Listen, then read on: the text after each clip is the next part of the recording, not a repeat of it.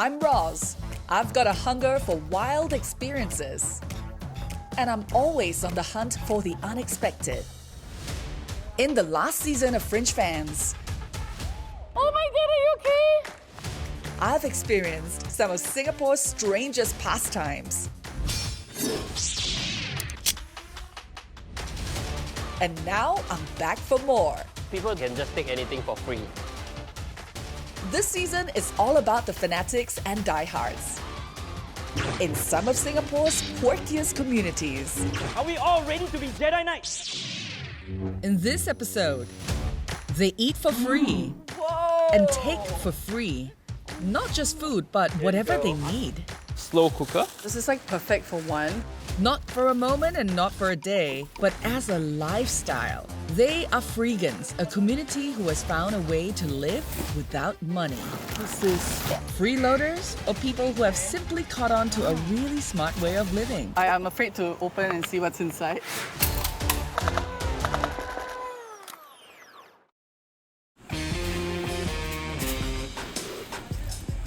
Freeganism started in San Francisco in the 1990s as part of the city's anti-globalism and environmentalism movements and caught on in Singapore in the mid-2010s. Free!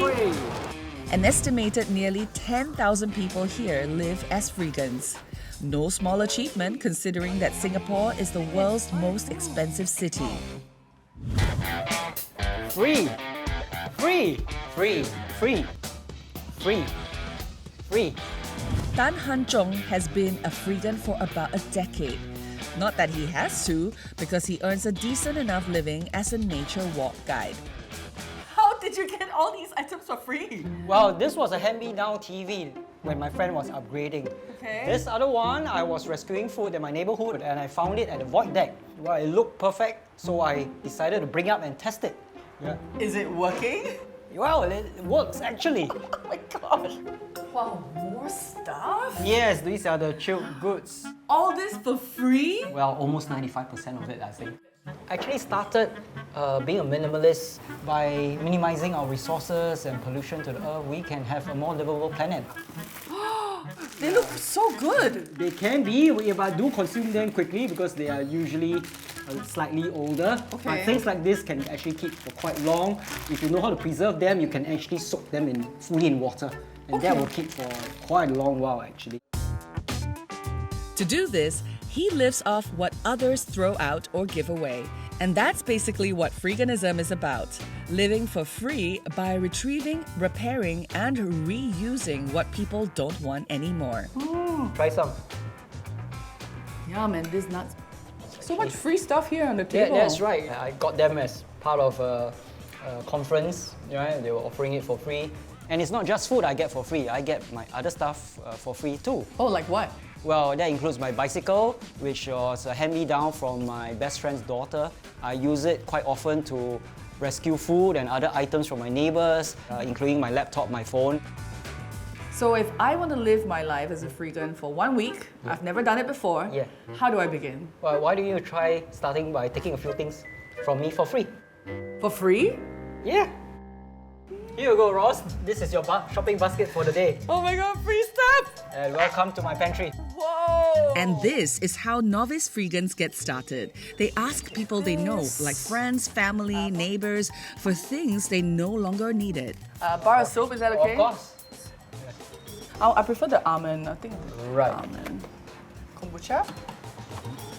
So when Freegans want something and they can't find it from their friends or their family members, what happens? Well, nowadays there are several types of sharing apps, including Olio, Goodhood, ShareLa, and ShareThings. I primarily use Olio, and in that app I can look for food, even items such as my handphone cover. I have also started to list out things that I can actually lend people for free or for a deposit. Sharing apps like Olio work with businesses and individuals to redistribute their unsold, unserved, and unwanted but still good food and items like clothes, tech, books, furniture, and kitchenware. What would otherwise have been thrown away are put up on the app. Olio users like Hanzhong can then browse through the list, request for what they want, and collect their choices. We got like Horlicks, we've got postpartum jamu. I missed out on the abalone 30 minutes ago. It looks like there's bread, milk, chocolate, croissants. Sounds good. Thai basil chicken. No need to cook with it. That's right. That's part of what we call a sharing economy, actually. And when you go into gifting things around, it helps us move away from this transactional basis of exchange. What if you are craving for something like a treat, you know, like ice cream or bak chor mee? I learned to focus on my needs rather than my wants. If you're patient enough, most of the things will come up eventually. Freegans like Han Zhong go beyond not buying new things. They also minimize costs.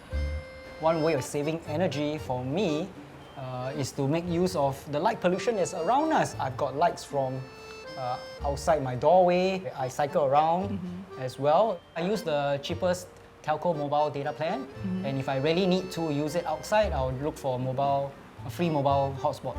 So, how much do you spend every month? Well, they're probably no more than 500 a month, and it goes mainly towards my savings and my insurance. What? Putting that into perspective, the average spending per person in 2023 is over $3,000. So, Han Zhong is living at about 16% of what the average Singaporean does. Do you have any tips for me?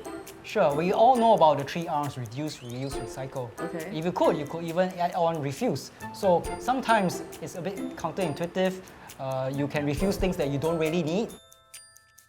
Thank you so much, Han Zhong. Take care, bye. And so begins my week as a Freegan. I'm off to collect the food I had requested earlier from Olio. For dinner, Thai basil chicken, and breakfast tomorrow, chocolate croissants. And in case I need a snack, I've also requested chocolates and biscuits. And including what I took from Han Zhong, I saved an estimated total of $84.25.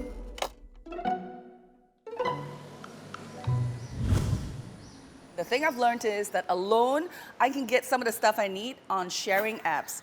But it is limited. And if you're not fast enough, the good stuff gets snapped up because these apps are open to everyone. So as a Freegan, if you really want to get to the good stuff, you've got to get a little hands-on. Hi, nice to meet you. Very good. Okay.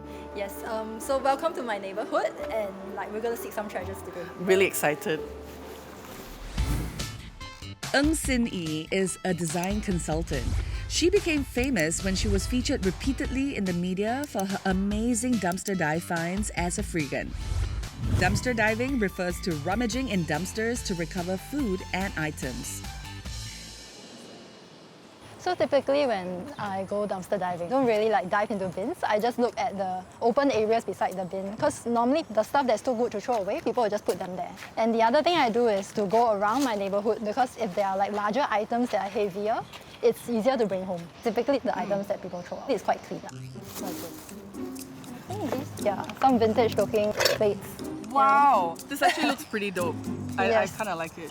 There's a bag here, it's pretty light. What we do is usually, if they are bags, right, we'll just hold it and see what's the weight.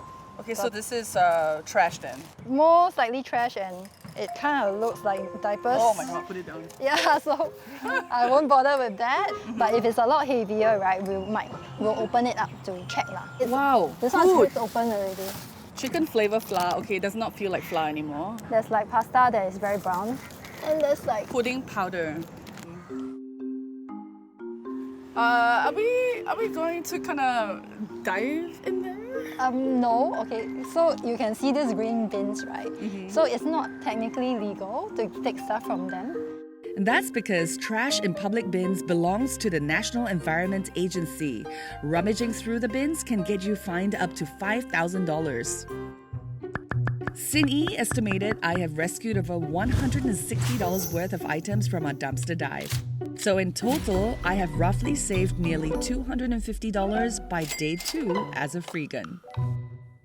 If I just walked in on this, I couldn't tell that this would be from a dumpster. But what do you do for toiletries? I actually get it from other community groups. I rescued so much, right, that I would probably have enough for 5 years or more. Then what about like hygiene products? So for toilet paper, I mean, if I'm at home, I just use hand spray and then use towel to wipe dry. And I think that's actually cleaner than using toilet paper. Some people may ask like, oh, like maybe all the girly stuff like makeup or like, you know, skincare. I've seen other people find like foundation, blusher, nail polish, branded bags like LV. No, I cannot be. Are you sure? Nobody will throw LV away. No, I heard one that's like a mess and I'm like, wow, that's crazy. So far, my life as a vegan has been about asking for freebies or foraging for them. But Cindy tells me that I can work my way into the communities so that people come to me to give me their stuff. Oh, that's a lot of fish. Now, this is something I can get on board with. The question is, how can I get my name out there within the week? And then I've got a couple of iPhones here. No way.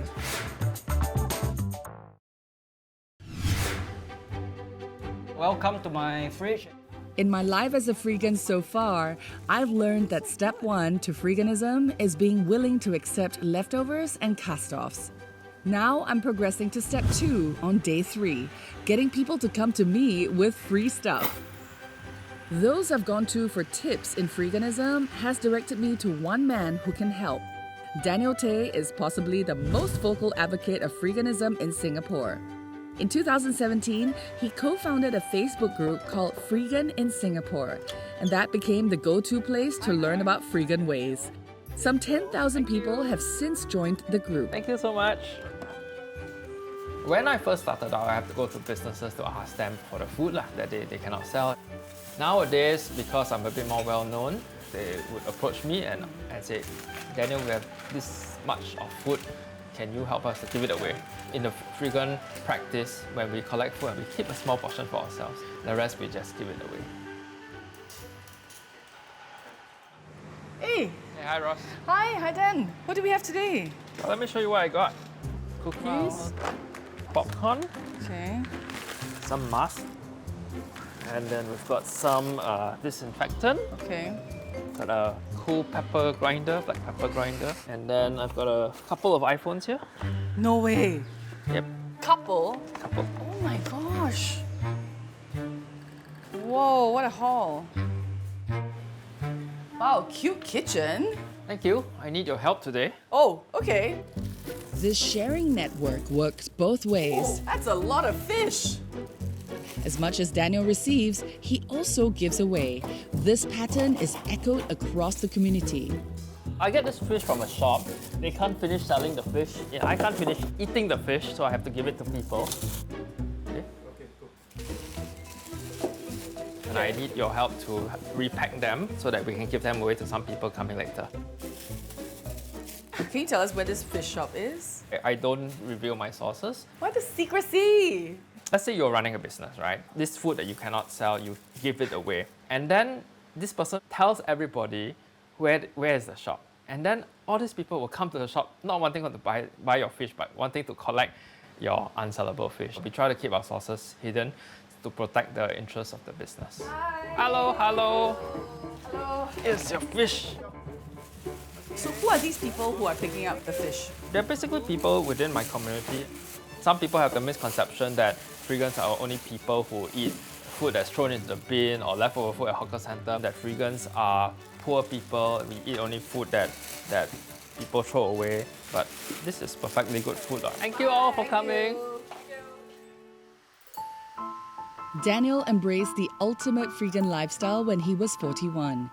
I was working as a financial advisor. I ran my own team and I was constantly worried about money. If I figure out that how much my savings and my investments were now, I invested it at what rate of return, how long can the money last? Could I make the money last until 90 years old? Yes, I could. Then that's basically retirement. And then as you get older, do you foresee yourself sustaining this Freegan lifestyle? What I'm attracted to are those members who turn their own homes into distribution points. So when I'm not so physically able, I could take on one of those roles. Why do you choose the Freegan lifestyle? I decided I wanted to live a life that's more true to my values, waste less, use the things that people don't want to use. Wow. Goodie bag time! Yeah, so this is my stash. One unique thing about Freegans is that we all have this small stash at home. Ooh, what's this? we invite our visitor to just go through the stash and take whatever they want from it. Oat cookies. Thank you so much, Dan. You're welcome. I came away from Daniel's with quite a tidy haul. So at the end of day 3 as a Freegan, my estimated savings is nearly $300. So I didn't quite get my name out to get people to come to me with freebies, but Daniel did connect me with the Freegan network so I can help myself to all this. Hi. Is this where I can get free fruit and vegetables? Oh, yes. We're doing a rescue here this morning, so you can come follow us and see how we do it. Okay, let's go. Great.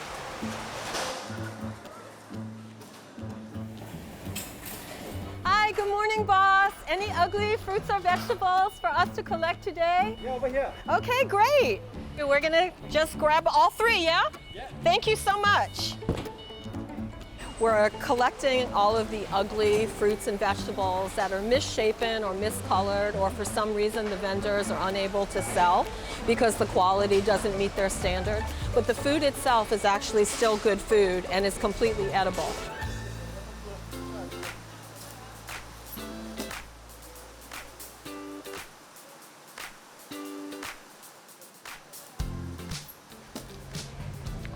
This is the sweetest strawberry I've ever had. And this was about to be discarded because it cannot be sold because it's bad? It's not really that it's bad. When one strawberry in the container is not any good, the vendor will clear all of the strawberry. We would just pick out the ones that are good, that can still be eaten. Like you can see, the blackberries are a bit soft, but you can still make jam out of these. Can I eat this? Yes, you could. Uh-huh.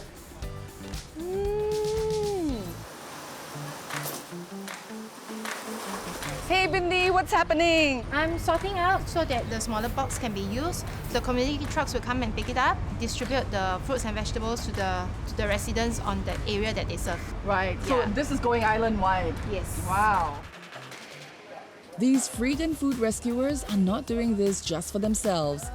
They take what they need, but they share the rest with communities in need under the banner Fridge Restock Community. So this is my haul today. If I got this from a supermarket, it can cost between $20 and $25 depending on which supermarket I go to. So I say all in all, a good day. Nearly a week into my life as a Freegan, and my estimated savings is almost $325. Score! Freegans get just about any kind of food for free, and that's because Singapore throws away a lot of food that is still good enough to eat. In 2021, Singapore threw out over 800 million kilograms of food, and that's the equivalent of 56,000 double-decker busloads. This is a 23% increase from 2020. More than half was food that could have been consumed if they had been better managed. Next on my Freegan journey, how to make the most of my food rescues. And I'm gonna have a party at my place just for that. I can't believe this is rescue food.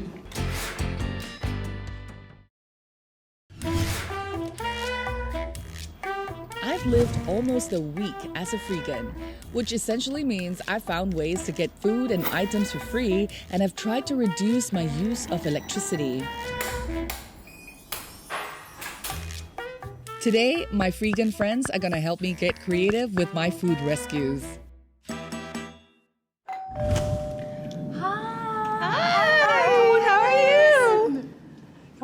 As an extension of their food rescue, Barbara and Bindi are part of a Facebook group called We Love Rescued Food. On it, people share ideas and recipes on how to cook, conserve, and consume rescued food. And boy, does it get quirky and inspiring. One of the really good benefits of rescue is that one week you might get a whole lot of something, so you just take the time and the effort to freeze it or preserve it in some way so that you can save it for another time. What about like a food and safety issue? When can you tell like what's good and what's not? We give everything a light soak in the baking soda, and then that cleans off whatever germs might be on the outside. And then there's always the smell. You can tell by how something smells, you know, if it's good or not. Okay, let's get to the kitchen and let's start cooking. Sure. push it all the way down. It smells so good. And then you can give it a little taste and see if it has enough dressing. Wow, what a spread. A ricotta stuffed chicken with sautéed spinach, a chickpea salad, and a berry yogurt smoothie, all from rescued food, all for free. Thank you for cooking. You're so welcome. I hope you'll enjoy it. It is so good. I can't believe this is rescued food. I really enjoyed the creativity from that sharing session and that camaraderie. I think I'm really inspired now to create meals using rescued food items. Almost done with my week as a Freegan, and I've not just saved nearly $360, I've also earned my place in the community with Barbara and Bindi.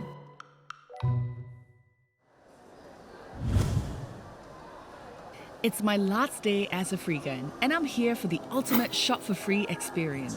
This is Giving Day, a platform for Freegans to meet, share, and exchange. About 60% of the estimated 2,500 visitors are Freegans in some way or another. Nigel Teo is the man behind Good Hood, the organizer of Giving Day. Residents of an estate bring stuff down to declutter. Okay. And we also work with corporates to donate items. And we have about $100,000 of items. So people can just come here and grab whatever they want for free? Yeah, so they can just take anything for free. A lot of relationships blossom from there. So people come, take free stuff, and then, hey, hi, thank you for da-da-da.